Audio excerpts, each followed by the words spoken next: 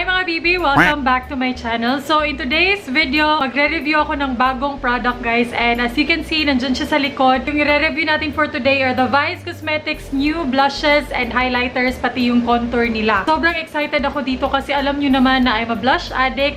Like, top 1 favorite ko talaga sa lahat ng mga makeup ang blush. Para akong nabaliw sa excitement nung nakita ko to dun sa SM City Cebu kasi most of the time late na talaga dumarating yung mga bagong releases dito sa Cebu. Kaya nagmadali talaga akong mamili, mag-swatch, and then kahapon yung nangyari, so ngayon I'm reviewing it today. Anyways, hindi na ako magpapaligoy-ligoy pa. Kung gusto nyo makita or malaman kung magugustuhan ko ba yung mga bagong products ng Vice Cosmetics, please keep on watching. Nandito sa loob lahat ng mga in-order ko. Pumili ako ng 8 products from them. Mixture na to, blushes, highlight, at saka isang pang contour. Medyo napasarap din ako sa swatch and pamimili doon kasi sobrang mura. 145 pesos. 145 pesos lang siya. Kaya nakaka-excite siya. And nung nagpunta ako doon, marami talagang taong nagsaswatch, maraming taong na namimili kasi sobrang makamasa and affordable yung Vice Cosmetics. One thing na gusto ko na lang malaman is, mura siya pero worth it nga ba? As we all know, dalawa lang ang cheeks ng isang tao. Dalawa lang din yung may swatch ko sa mukha ko.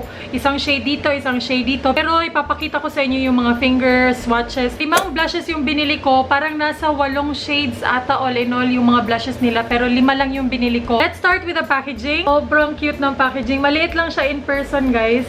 Ganyan siya compared to my hand. As you can see, may nakalagay na Vice. And then, kitang-kita nyo naman sa loob na naka-emboss yung logo ni Vice. Sa likod, andyan yung basic details like the ingredients, yung expiration niya, which is 24 months after opening, yung shade niya, and kung gaano karami yung laman. And as you can see, meron pa siyang plastic kasi lahat ng mga blushes, contour, and highlight niya naka-seal. First shade is Shala.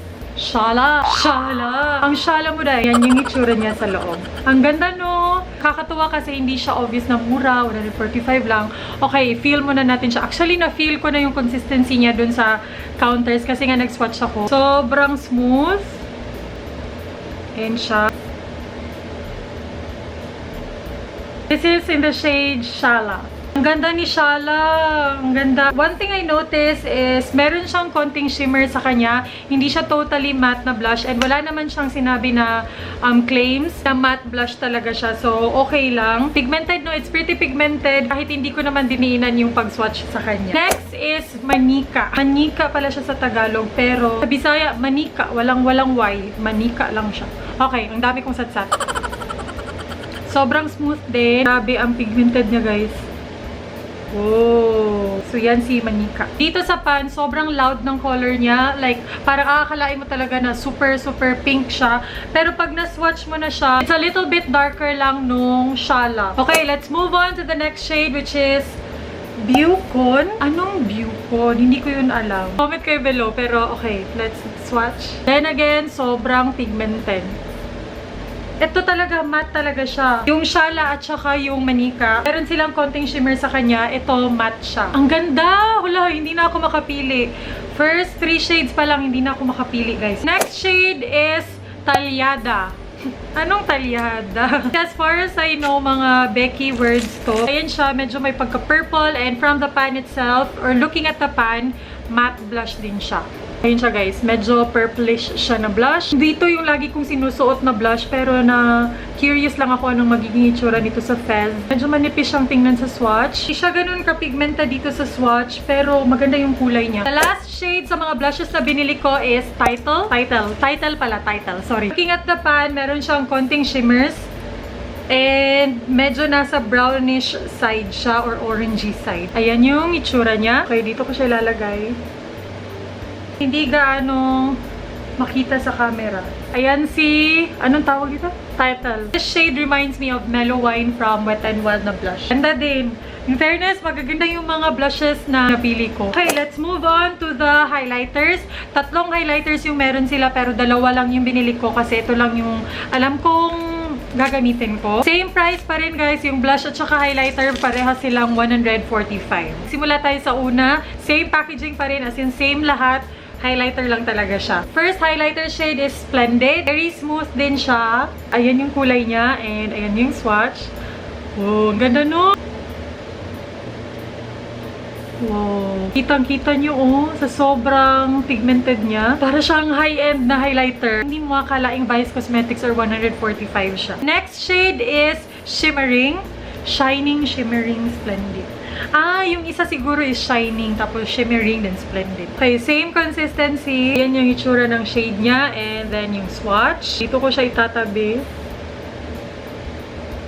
May pagka-peachy undertone siya na highlighter. Pero it's still very, very pigmented. Hindi ko lang alam kung babagay ba to sa skin tone ko. I think mas okay sa akin si Splendid. Okay, last shade na isa-swatch natin is yung contour shade. Dalawang contour shade yung meron sila, pero yung binili ko is yung lighter shade. This shade is called For Sure. For Sure. For Sure. So, ayan yung itsura niya.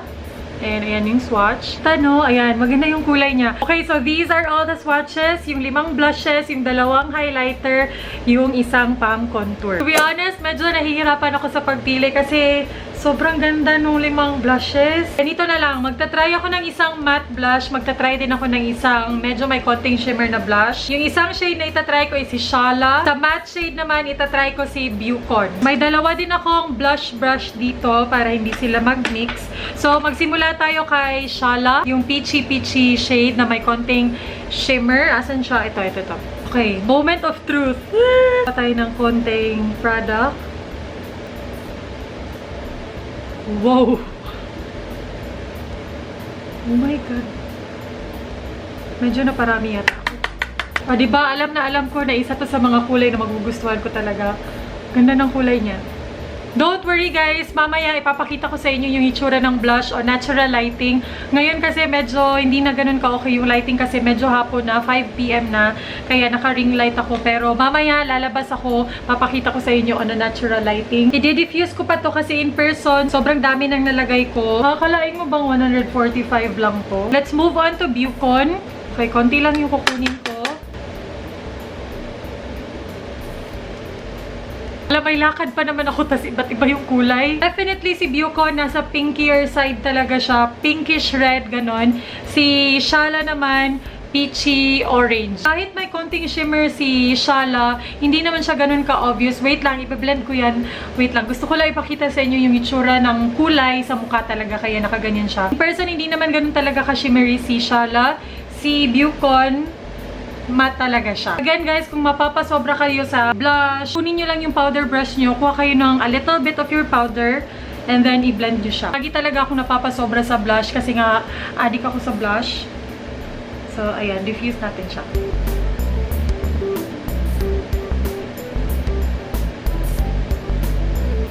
Sobrang pigmented ng blushes, I swear.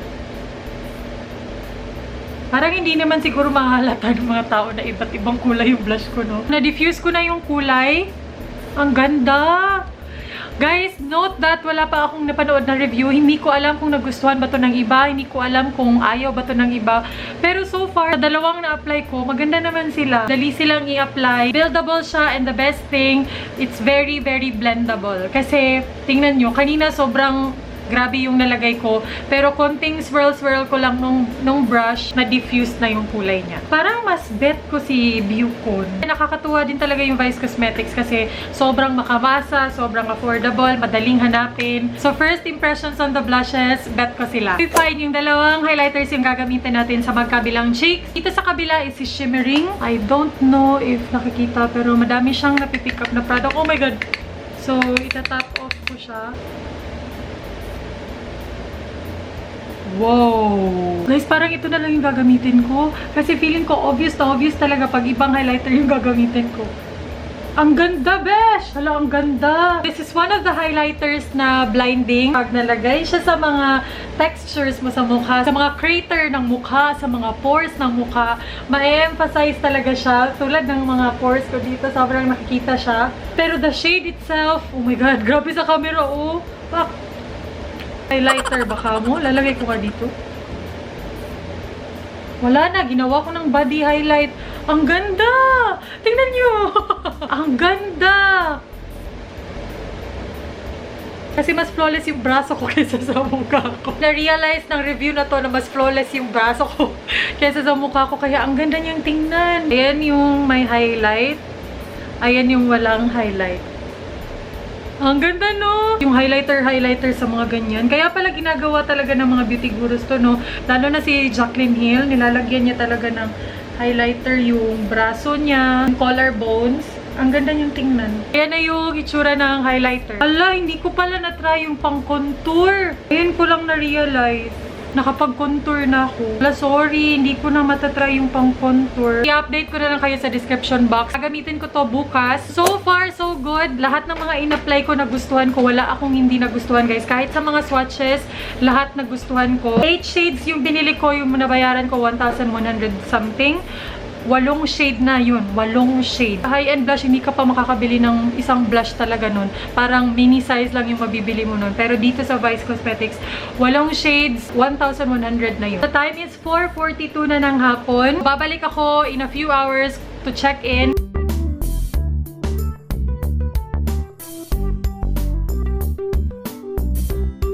Guys, update tayo. It's 9:03 na ng gabi. 4 hours has passed and ito rin yung itsura ng blush at saka highlight. Okay, tingnan ko lang siya in person. Nasa labas ako, tiningnan ko yung sarili ko sa salamin. Sobrang kitang-kita ko pa yung blush, lalo na dito sa part na to. Kasi siguro darker shade yung ginamit ko dito kesa dito. Ito kasi lighter shade lang siya.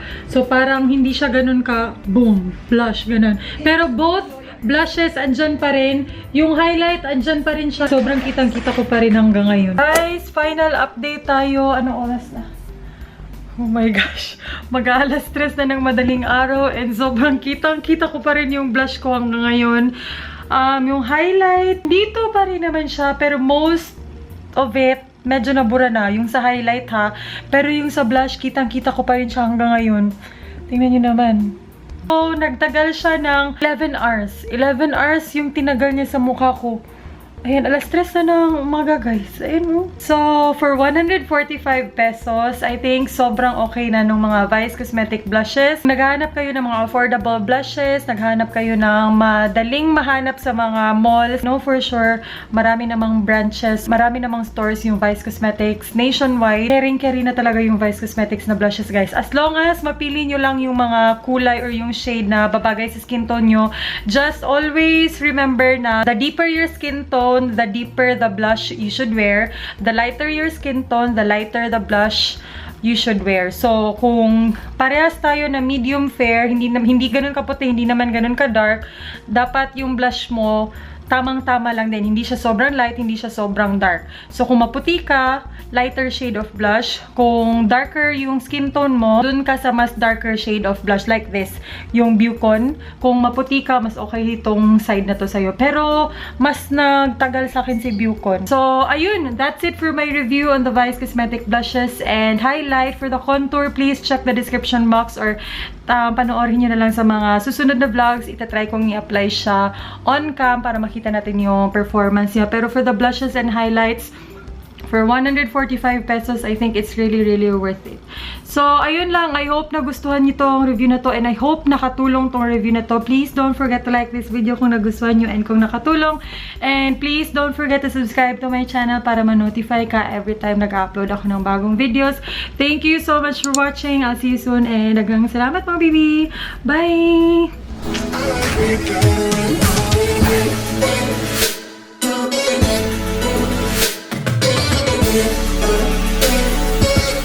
I don't know what it is.